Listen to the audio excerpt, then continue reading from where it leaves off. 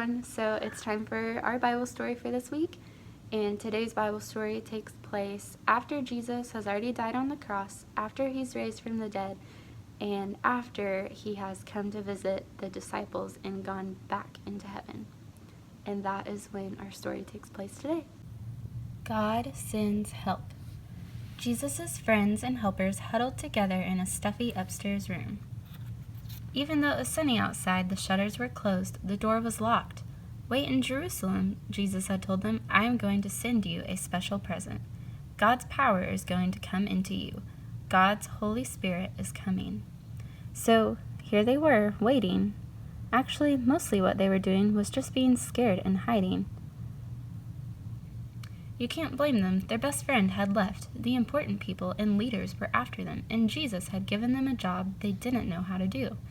As they waited, they were praying and remembering how, from the beginning, God had been working out his secret rescue plan.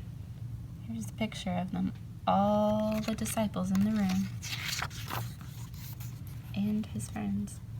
Suddenly, a strong wind filled the room, whistling through the walls, rustling the straw on the floor, and there, on everyone's heads, shining in the gloom, were flickering flames, fire that didn't hurt them or burn. And something more. Inside their hearts, they felt a strange heat, almost as if all the coldness and hardness were melting away. Their hearts were mending, and God was giving them brand new hearts, hearts that would work properly. How it happened, they didn't know, but they knew God's power had struck their hearts ablaze, and Jesus himself was coming to live inside of them. They had seen Jesus go away, but now he was closer than he had ever been, inside their hearts, and this time nothing could ever separate them. Whispering the promise that would get rid of the poison and the terrible lie and the sickness in their hearts, God's wonderful promise to them: "You are my child, and I love you. Make your home in me as I make my home in you," Jesus had said. Could it be?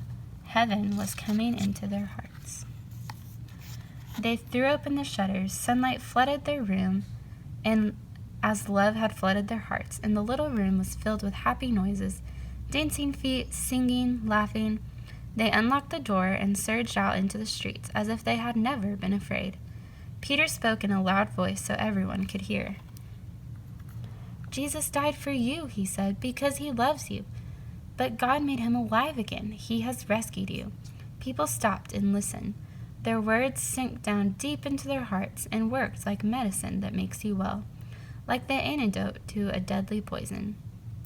"Stop running away from God," Peter said. "Run to him instead, so he can love you and make you free."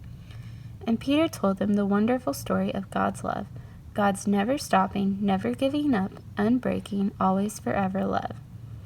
How Jesus had come and all that happened. There were lots of people from faraway countries in Jerusalem. They couldn't speak the same language, but as they listened to Peter, everyone could understand what he was saying in their own languages. Many people believed and became Jesus' new friends and helpers, and the wonderful news of Jesus spread. Like sparks from a fire to villages, towns, cities, every day more and more people believed. And so it was that family of God's children, his special people, grew. One man was watching. "I'll stop this," Saul said. But this was God's plan, and nothing in all the world would ever be able to stop it. And that is the end of today's story.